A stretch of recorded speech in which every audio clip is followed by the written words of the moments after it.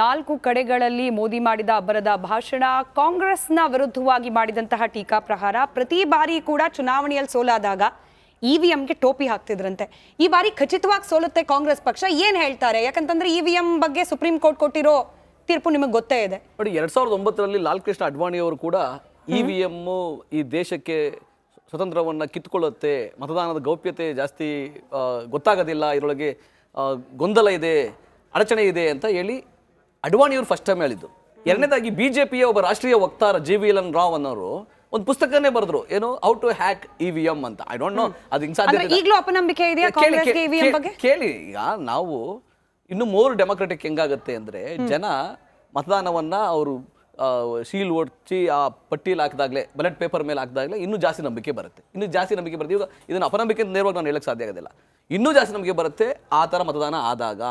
So ಆ ಸಾಧ್ಯತೆಯನ್ನ ದೇಶ ಕಂಡುಕೊಳ್ಬೇಕಾದ್ರೆ, ಚುನಾವಣೆ ಆಯೋಗ ಕಂಡುಕೊಳ್ಬೇಕಾಗಿದೆ, ಅದು ಮಾಡುತ್ತೆ. ಅಲ್ಲ, ಈಗ ಕರ್ನಾಟಕದಲ್ಲಿ 135 ಸೀಟ್ ಬಂದ್ರು ನಿಮ್ಗೆ ನಂಬಿಕೆ ಇದು ವೈಯಕ್ತಿಕ ನಂಬಿಕೆ ಅಪನಂಬಿಕೆ ಅನ್ನೋದಕ್ಕಿಂತ ಇನ್ನು ಒಳ್ಳೆಯ ನಂಬಿಕೆಯನ್ನು ಜಾಸ್ತಿ ಆಗೋದು ಹೆಂಗೆ ಅಂದ್ರೆ, ಜನತೆಗೆ ಅವರು ಇದು ಬಟನ್ ಒತ್ತೋದ್ರಿಂದ ಮಾತ್ರ ಅಲ್ಲ, ನೀವು ಆ ಬ್ಯಾಲೆಟ್ ಪೇಪರ್ ಮೇಲೆ ಶೀಲ್ ಒತ್ತೋದ್ರಿಂದ ಅವ್ರಿಗೆ ನಂಬಿಕೆ ಜಾಸ್ತಿ ಬರುತ್ತೆ. ಇದು ಯಾಕಂದ್ರೆ ನಾನು ಅದನ್ನ ಹೇಳ್ತಾ ಇದೀನಿ, ಆ ಆತ್ಮವಿಶ್ವಾಸ ಜನತೆಗಿದೆ. ಸೊ ಆ ತರ ಬದಲಾವಣೆ ಆಗೋದಾದ್ರೆ ಜನರಿಗೆ ಅಪನಂಬಿಕೆ ಇರೋದು ಬರೀ ಕಾಂಗ್ರೆಸ್ನವರಿಗೆ ಮಾತ್ರ, ಜಾಗದಲ್ಲಿ ಮಾತ್ರ ಇಲ್ಲ, ಕೇವಲ ಜನಗಳದಲ್ಲ, ಕಾಂಗ್ರೆಸ್ ಮಾತ್ರದಲ್ಲ, ಇಡೀ ದೇಶ ಜನತೆ ಮಾತಾಡ್ತಾ ಇರೋದು. ಸೊ ಹಂಗಾಗಿ ಅದ್ರ ಬಗ್ಗೆ ಕೂಡ ಚರ್ಚೆ ಆಗ್ಬೇಕಾಗಿದೆ. ಅದು ಚರ್ಚೆ ಆಗಲಿ. ಅಪನಂಬಿಕೆ ಅನ್ನೋ ವಿಚಾರಕ್ಕೆ ಬಂದಾಗ ಇನ್ನೂ ಹೇಳಿದ್ರು, ವ್ಯಾಕ್ಸಿನ್ ಕಂಡುಹಿಡಿದಾಗ ಕೊರೋನಾಗೆ ಅದನ್ನ ಬಿಜೆಪಿ ವ್ಯಾಕ್ಸಿನ್ ಅಂದ್ಬಿಟ್ರು, ಜನರನ್ನ ದಿಕ್ ತಪ್ಪಿಸೋ ಪ್ರಯತ್ನ ಮಾಡಿದ್ರು ಕಾಂಗ್ರೆಸ್ನವರು, ಅವರೇ ಹೋಗ್ಬಿಟ್ಟು ಹಾಕಿಸ್ಕೊಂಡ್ರು ಕಡೆಗೆ. ಇದು ನಾನ್ ಹೇಳಿದಲ್ಲ, ಮೋದಿ ಅವ್ರು ಹೇಳ್ತಿರೋ. ಮೋದಿ ಸುಳ್ಳು ಹೇಳ್ತಾರೆ, ಮೋದಿ ಮಾತ್ರ ಯಾರು ನಂಬ್ತಾರೆ? ರಾಹುಲ್ ಗಾಂಧಿ ಮಾತ್ರ ನಿಜ ಹೇಳೋದು. ರಾಹುಲ್ ಗಾಂಧಿ ಒಂದೇ ಒಂದು ಸುಳ್ಳು ನೀವು ತೋರಿಸ್ಬಿಡಿ, ಬಾಯ್ಬಿಟ್ಟು ನೀವು ನಿಮ್ ನಡಿ ಈಗ ಶುರು ಮಾಡೋಣ.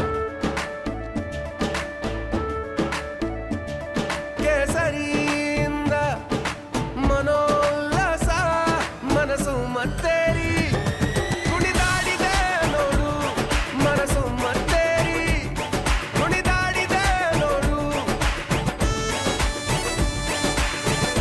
ಕ್ಷಣ ಕ್ಷಣವೂ ಆಚರಿಸಿ ಕೇಸರಿ ಹಬ್ಬ. ವಿಮಲ್ ಬಾಯಲ್ಲಿ ಹೇಳಿ ಕೇಸರಿ. ಪ್ಲೇ ಮಾಡ್ಬಿಡಿ, ನೀವು ಸಾವಿರಾರು ವಿಡಿಯೋಗಳು ಮತ್ತೆ ಇರ್ತದೆ. ಮೋದಿಯ ಸಾವಿರಾರು ಸುಳ್ಳುಗಳು ನಾನು ಇವತ್ತೇ ಬಹಿರಂಗ ಮಾಡಬಲ್ಲೆ. ನಂಬರ್ 1 ಸುಳ್ಳು ಏನು, ಏನು ಹಿಂದುಳಿದ ವರ್ಗದವರ ಮೀಸಲಾತಿ ತೆಗೆದ್ಬಿಟ್ಟು ಮುಸಲ್ಮಾನರು ಕೊಡ್ತಾರೆ ಅಂತ. ನಾಚಿಕೆ ಆಗಲ್ಲ ಮೋದಿಗೆ? ಪ್ರಧಾನಮಂತ್ರಿ ಅವರು ಆ ಹುದ್ದೆಗೆ ಒಂದು ಘನತೆ ಬೇಡ, ಒಂದು ಗೌರವ ಬೇಡ, ಒಂದು ಘನತೆ ಬೇಡ, ಒಂದು ಗೌರವ ಬೇಡ. ಸತ್ಯ ಕೇಳಿಸ್ಕೊಳ್ಳಿ, ಇದು ಆತರ ಸುಳ್ಳು ಹೇಳಲಿಕ್ಕೆ ಪ್ರಧಾನಮಂತ್ರಿಗೆ ಒಂದು ಘನತೆ ಬೇಡ, ಆ ಹುದ್ದೆಗೆ ಒಂದು ಘನತೆ ಬೇಡ. ತಾವು ಪ್ರಚಾರಕರಿರ್ಬೋದು, ಬಿಜೆಪಿ ಪ್ರಚಾರ ಮಾಡ್ತಿರ್ಬೋದು, ಆದ್ರೆ ಆ ಹುದ್ದೆಲಿ ಇದ್ದಂಥವ್ರು ಅವ್ರು ಈ ತರ ಸುಳ್ಳು ಅಂತ ಹೇಳುವಂಥದ್ದು ಜನದ ಒಪ್ಪಲ್ಲ, ಮೆಚ್ಚಲ್ಲ, ಜನ ಮೆಚ್ಚಲ್ಲ.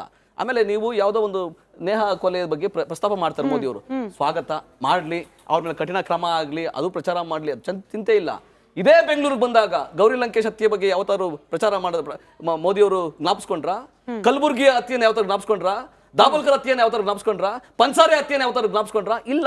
ಮಣಿಪುರ 150 ದಿನಗಳ ಕಾಲ ಹತ್ತು ಉರಿತು, 200 ಜನ ಸತ್ರು, ಮಹಿಳೆಯ ನಗ್ನ ಪ್ರದರ್ಶನ ಆಯ್ತು.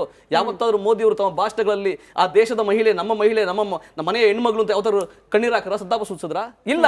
ದೆಹಲಿನಲ್ಲಿ ಇವರ ಬಿಜೆಪಿ ಒಬ್ಬ ನಾಯಕ ಮಹಿಳಾ ಕುಸ್ತಿಪಟುಗಳ ಮೇಲೆ ಕೌಂಟರ್ ಕೊಡೋಕ್ ಬಿಜೆಪಿ ಅವರಿಲ್ಲ, ಬಟ್ ಪ್ರಶ್ನೆ ಉತ್ತರ ಇದೆ. ಪ್ರಶ್ನೆ ಕೇಳ್ತಾರೆ ಜನ. ಇವಾಗ ಕಾಂಗ್ರೆಸ್ನವರ ವರ್ತನೆ ಸರಿಯಾಗುತ್ತೋ? ನೇಹಾ ಪ್ರಕರಣದಲ್ಲಿ, ಕೆಫೆ ಬ್ಲಾಸ್ಟ್ ಪ್ರಕರಣದಲ್ಲಿ, ಇದ್ರಲ್ಲೆಲ್ಲ ವರ್ತನೆ ಸರಿ ಇತ್ತ ಕಾಂಗ್ರೆಸ್ ನಾಯಕರು? ನಾನು ಒಂದು ಮಾತು ಹೇಳ್ದೆ ನೋಡಿ, ನೇಹಾ ಪ್ರಕರಣವನ್ನ ಅವ್ರು ಖಂಡಿಸಿದ್ ನಾನು ಸ್ವಾಗತ ಅಂತ ಹೇಳ್ದೆ. ಅದರದ್ದು ಅಂತ ಯಾವುದೇ ಪ್ರಕರಣ ಆದಾಗ್ಲೂ ಖಂಡಿಸಬೇಕು, ಎಲ್ಲ ನಿಲ್ಲಬೇಕು, ಕಾನೂನು ಕ್ರಮ ಆಗ್ಬೇಕು, ಯಾರು ತಪ್ಪಿಸಿದ್ರೆ ಅವ್ರಿಗೆ ಏಣುಗಂಪ ಆಗ್ಬೇಕು ಶೀಘ್ರದಲ್ಲಿ. ಇದು ನಾನು ಹೇಳ್ತಾ ಇರತಕ್ಕಂಥ ಕಾಂಗ್ರೆಸ್ ವಕ್ತಾರನಾಗಿ. ಇದೇ ರೀತಿ ಮೋದಿ ಅವ್ರಿಗೆ ಇದೇ ಮನಸ್ಥಿತಿ ಇದೆ, ತಮ್ಮ ಮಹಿಳೆಯರ ಮೇಲೆ, ನಮ್ಮ ದೇಶದ ಮಹಿಳೆಯರ ಮೇಲೆ ಇಷ್ಟೇ ಪ್ರೀತಿ ವಾತ್ಸಲ್ಯ ಇದೆ ಅಂದಾಗ, ಅದೇ ರೀತಿ ಮಣಿಪುರದ ಮಹಿಳೆ ಬಗ್ಗೆ ಮಾತಾಡಬೇಕು ಅಂತ ನಾನು ಹೇಳ್ತಾ ಇದ್ದೀನಿ. ಅದೇ ರೀತಿ ದೆಹಲಿಯಲ್ಲಿ ಕುಸ್ತಿಪಟುಗಳು ನಮ್ಮ ಮಹಿಳೆಯರು ಕುತ್ಕೊಂಡ್ರಲ್ಲ, ಅಕ್ಕ ತಂಗಿಯರು, ಅವ್ರ ಬಗ್ಗೆ ಅದೇ ರೀತಿ ಮಾತಾಡಬೇಕು. ಆ ಧೈರ್ಯವನ್ನ ಮೋದಿ ಅವರು ತೋರಿಸಬೇಕು. ಧೈರ್ಯ ಸಾಲಲ್ಲ, ಪಲಾಯನವಾದಿ ಮೋದಿ. ಆಯ್ತು, ರಾಜೇಂದ್ರ ಸರ್ ಕೇಳ್ತಾ ಇದ್ದಾರೆ ಪ್ರಶ್ನೆ. ಮೋದಿ ಅವರು ದೇಶದ ಪ್ರಧಾನಿ ಕೂಡ ಈಗ, ಆಸ್ ಆಫ್ ನೌ. ಹೀಗಾಗಿ ಮಾತನಾಡುವಾಗ ಎಲ್ಲಾ ಕಡೆ ಮಹಿಳೆಯರ ಮೇಲಾದ ದೌರ್ಜನ್ಯದ ಬಗ್ಗೆ ಮಾತನಾಡಬೇಕಿತ್ತು. ಹತ್ರಾಸ್ ಬಗ್ಗೆ ಮಾತಾಡಲ್ಲ ಅವರು, ಮಣಿಪುರದ ಬಗ್ಗೆ ಮಾತಾಡೋದಿಲ್ಲ. ಪಕ್ಕದಲ್ಲಿ ಬಳ್ಳಾರಿಯಲ್ಲಿ ಕುಮಾರಸ್ವಾಮಿ ಅವ್ರನ್ನ ಪಕ್ಕದಲ್ಲಿ ಕೂರಿಸ್ಕೊಂಡಿದ್ರು. ಅವ್ರ ಕುಟುಂಬದ ಮೇಲೆ ಬಂದಿರೋದು ಎಂಥ ಗಂಭೀರವಾದ ಆರೋಪ. ಇನ್ಫ್ಯಾಕ್ಟ್ ರಿಪಬ್ಲಿಕ್ ಮೀಡಿಯಾ ನೆಟ್ವರ್ಕ್ ನಲ್ಲಿ ವೆಸ್ಟ್ ಬೆಂಗಾಲ್ನಲ್ಲಾದಂತಹ ಸಂದೇಶ್ ಖಲೀದನ್ನ ನಾವು ಇಡೀ ಒಂದು ವಾರಕ್ಕಿಂತ ಹೆಚ್ಚಿನ ಸಮಯ ಅದನ್ನ ಕವರೇಜ್ ಮಾಡಿದ್ವಿ. ನಮ್ಮ ಒಬ್ಬ ಪ್ರತಿನಿಧಿಯ ಬಂಧನ ಕೂಡ ಆಗೋಯ್ತು. ಇನ್ ಕೇಸ್ ಈಗ ಬಂದಿರೋ ಆರೋಪ ನಿಜ ಅಂತ ಆದ್ರೆ, ಇನ್ ಕೇಸ್ ನಾನು ಹೇಳ್ತಿದ್ದೀನಿ ಬಂದಿರೋ ಆರೋಪ ನಿಜ ಅಂತ ಆದ್ರೆ ಹತ್ರ ಅದೇ ರೀತಿಯಾಗಿ ಹೋಗ್ಬಿಡುತ್ತೆ. ಕುಮಾರಸ್ವಾಮಿ ಅವ್ರ ಕುಟುಂಬಸ್ಥರ ಮೇಲೆ ಬಂದಿರೋ ಆರೋಪ. ಇದ್ರ ಬಗ್ಗೆ ಮಾತನಾಡ್ಲಿಲ್ಲ ಮೋದಿ ಅವರು ಅನ್ನೋದು ಆರೋಪ ಕಾಂಗ್ರೆಸ್ನವ್ರದ್ದು. ಸೋಷಿಯಲ್ ಮೀಡಿಯಾದಲ್ಲೂ ಅದನ್ನೇ ಬರ್ಕೊಂಡಿದ್ದಾರೆ. ಅಲ್ಲ, ಆ ರೀತಿ ಮಾತನಾಡಬಾರ್ದು, ಮಾತನಾಡಬೇಕು ಅಂತ ರೀತಿ ಶಾಸಿತ ರೀತಿಯಲ್ಲಿ, ನಿರ್ದೇಶಪೂರ್ವಕವಾದ ರೀತಿಯಲ್ಲಿ ಪ್ರಧಾನಮಂತ್ರಿ ಆಗಲಿ ಒಬ್ಬ ರಾಷ್ಟ್ರೀಯ ಪಕ್ಷದ ನಾಯಕನಾಗಲಿ ಮಾತನಾಡಲಿಕ್ಕೆ ಸಾಧ್ಯ ಇಲ್ಲ. ಯಾಕೆಂತ ಹೇಳಿದ್ರೆ ಇದು ಚುನಾವಣೆಯಲ್ಲಿ ಅವರದೇ ಆದಂಥ ಕೆಲವು ನಿಲುವುಗಳು, ಚುನಾವಣೆಯಲ್ಲಿ ಅವರದೇ ಆದಂಥ ಕೆಲವು ಸಿದ್ಧಾಂತಗಳು ಮತ್ತು ಅವರದೇ ಆದಂಥ ಕೆಲವು ಅಭಿಪ್ರಾಯಗಳಿರುತ್ತೆ. ಹಾಗಾಗಿ ನೀವು ಪ್ರಧಾನಮಂತ್ರಿನೂ ಈ ರೀತಿಯೇ ಮಾತನಾಡಿ ಇದನ್ನು ಯಾಕೆ ಮಾತಾಡಲಿಲ್ಲ, ನೀವು ಅದನ್ನು ಯಾಕೆ ಮಾತನಾಡಲಿಲ್ಲ ಅಂತ ಕೇಳಲಿಕ್ಕೆ ಬರೋದಿಲ್ಲ. ಯಾಕೆಂತ ಹೇಳಿದ್ರೆ ಈಗ ಅವ್ರಿಗೆ ಕಣ್ಣು ಮುಂದೆ ಇರತಕ್ಕಂಥದ್ದು ಯಾರು? ಕಾಂಗ್ರೆಸ್ ಪಕ್ಷ, ಅದು ರಾಷ್ಟ್ರೀಯ ಪಕ್ಷ. ಹೀಗಾಗಿ ಕಾಂಗ್ರೆಸ್ ಪಕ್ಷದ ವೈಫಲ್ಯಗಳು ಮತ್ತು ಕಾಂಗ್ರೆಸ್ ಪಕ್ಷದ ಇದನ್ನು ಅವರು ಎತ್ತಿ ತೋರಿಸ್ತಾ ಇದ್ದಾರೆ. ಅದು ಅವರಿಗೆ ಇರ್ತಕ್ಕಂಥ ಒಂದು ನಾವು ಏನು ಹಕ್ಕು ಅಂತ ಹೇಳೋದಾದ್ರೆ ಅದರಲ್ಲಿ ಏನು ಅಂತ ಒಂದು ದೊಡ್ಡ ತಪ್ಪು ನಮಗೆ ಕಾಣಿ ಬರೋದಿಲ್ಲ. ಹಾಗೇನೆ ಹಿಂದೆ ಈಗ ರಾಹುಲ್ ಗಾಂಧಿನೇ ತಗೊಳ್ಳಿ, ರಾಹುಲ್ ಗಾಂಧಿ ಮಾತನಾಡಿರ್ತಕ್ಕಂಥ ಒಂದು ವಿಚಾರಗಳೆಲ್ಲವೂ ಕೂಡ ಒಳಗೊಂಡಿರುತ್ತದೆಯೇ? ಅವ್ರು ಯಾಕೆ ಮಾತನಾಡಲಿಲ್ಲ ಅಂತ ಇನ್ನೊಬ್ರು ಕೇಳ್ತಾರೆ. ಹಾಗಾಗಿ ಇವನ್ನು ನಾವು ಆ ರೀತಿ ಕಣ್ಣಿಗೆ ಒಂದು ಕನ್ನಡಕ ಹಾಕೊಂಡು ನೋಡಿದ್ರೆ ಸರಿ ಹೋಗೋದಿಲ್ಲ. ಇದು ಒಂದು ನಾವು ತಿಳ್ಕೊಬೇಕಾಗಿರ್ತಕ್ಕಂಥದ್ದು ಏನು ಅಂತ ಹೇಳಿದ್ರೆ, ಒಬ್ಬ ರಾಷ್ಟ್ರೀಯ ನಾಯಕನಾಗಿ, ಒಂದು ರಾಷ್ಟ್ರೀಯ ಪಕ್ಷದ ನಾಯಕನಾಗಿ ಅವರಿಗೆ ಈ ಕ್ಷಣದಲ್ಲಿ ಯಾವುದು ಕಣ್ಣಿಗೆ ಕಾಣಬರುತ್ತದೆ ಅದನ್ನೇ ಅವರು ಹೇಳ್ತಾ ಹೋಗ್ತಾರೆ. ಇದು ಒಂದು ತಂತ್ರಗಾರಿಕೆಯನ್ನು ಇರಬಹುದು. ರಾಜಕಾರಣದಲ್ಲಿ ಇಂತಹ ತಂತ್ರಗಳು, ಹೌದು. ಯಾಕೆಂತ ಹೇಳಿದ್ರೆ it all leads to wire, ಇದು ಟು ಗೆಟ್ ದ ವೋಟ್ ಅಂತಕ್ಕಂಥದ್ದು. This is vote bank theory. Electoral politics ಅಲ್ಲಿ ಈ ರೀತಿಯಾದಂತಹ ಹೇಳಿಕೆಗಳು, ಈ ರೀತಿಯಾದಂತಹ ಒಂದು ವಾಗ್ದಾಳಿಗಳು ನಡೆಯುತ್ತೆ. ಆದರೆ ಮತಗಟ್ಟೆಯ ಮುಂದೆ ನಡೆಯುವಂತಹ ಒಂದು ಚಮಕ್ ಯಾವುದು ಇದು ಗೊತ್ತಿಲ್ಲ. It is a hidden fact. ನಾವು ಹೇಳಿದ ಮಾತ್ರಕ್ಕೆ ಈಗ ಅಟ್ರಿಬ್ಯೂಟ್ ಮಾಡಿದ ತಕ್ಷಣಕ್ಕೆ 100ಕ್ಕೆ 100 ಜನ ಬಂದು ನನ್ನ ಪಾರ್ಟಿಗೆ ವೋಟ್ ಮಾಡಿಬಿಡ್ತಾರಾ? ಮಾಡಲ್ಲ. ಅಭಿವೃದ್ಧಿ ಆಗಿದೆ ನಮ್ಮ ದೇಶ ಅಂತ ಹೇಳ್ತೇವೆ, ಅಥವಾ ಇನ್ನೇನೋ ಮಾಡಿದ್ದೇವೆ ನಾವು, ಕಲ್ಯಾಣ ರಾಜ್ಯ, ಕಲ್ಯಾಣ ದೇಶ ಮಾಡಿದ್ದೇವೆ ಅಂತ ಹೇಳ್ತೇವೆ. ಆದರೆ 100ಕ್ಕೆ 100ರಷ್ಟು ಜನ ಆ ಪಕ್ಷಕ್ಕೆ, ಆ ವ್ಯಕ್ತಿಗೆ ವೋಟ್ ಕೊಡ್ತಾರಾ? ಇಲ್ಲ ಅಂತಕ್ಕಂಥ.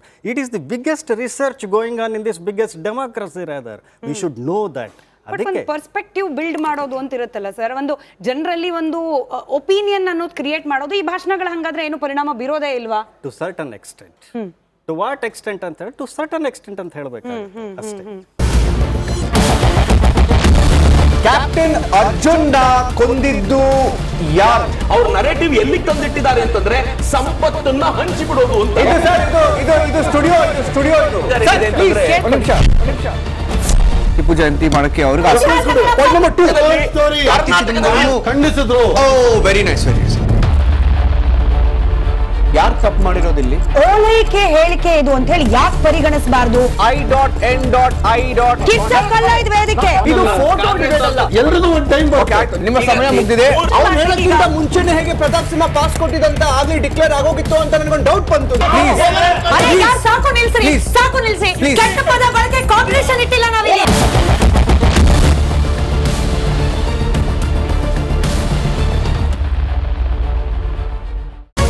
ರಿಪಬ್ಲಿಕ್ ವರ್ಡ್ ಆಪ್ ಇದು ಕೇವಲ ಅಪ್ಲಿಕೇಶನ್ ಅಲ್ಲ, ಸಮಗ್ರ ಸುದ್ದಿಗಳ ಸಂಪರ್ಕ ಮಾರ್ಗಕ್ಕೆ ಕ್ರಾಂತಿಕಾರಿ ಬದಲಾವಣೆ. ರಿಪಬ್ಲಿಕ್ ವರ್ಡ್ ಆಪ್ ಕೇವಲ ಸುದ್ದಿ ಅಪ್ಲಿಕೇಶನ್ ಪರಿಚಯಿಸ್ತಾ ಇಲ್ಲ, ಬದಲಾಗಿ ಡಿಜಿಟಲ್ ಸುದ್ದಿ ಬಳಕೆಯ ಹೊಸ ಯುಗಕ್ಕೆ ನಾಂದಿ ಹಾಡ್ತಾ ಇದೆ. ಇದೊಂದು ಬ್ರೇಕಿಂಗ್ ನ್ಯೂಸ್, ಪ್ರಭಾವಶಾಲಿ ಕಾರ್ಯಕ್ರಮಗಳಿಗೆ ಗಟ್ಟಿಯಾದ ನ್ಯೂಸ್. ಇಲ್ಲಿ ಕೇವಲ ತಾಜಾ ಸುದ್ದಿ, ಅದರ ನೇರ ಪ್ರಸಾರ ಮತ್ತು ಚರ್ಚೆಗಳಿಗೆ ಮಾತ್ರ ಅವಕಾಶ. ರಿಪಬ್ಲಿಕ್ ವರ್ಲ್ಡ್ ಆಪ್ ಡೌನ್ಲೋಡ್ ಮಾಡಿಕೊಳ್ಳಿ. ಗೂಗಲ್ ಪ್ಲೇ ಸ್ಟೋರ್ ಮತ್ತು ಆಪಲ್ ಆಪ್ ಸ್ಟೋರ್ನಲ್ಲಿ ಲಭ್ಯವಿದೆ.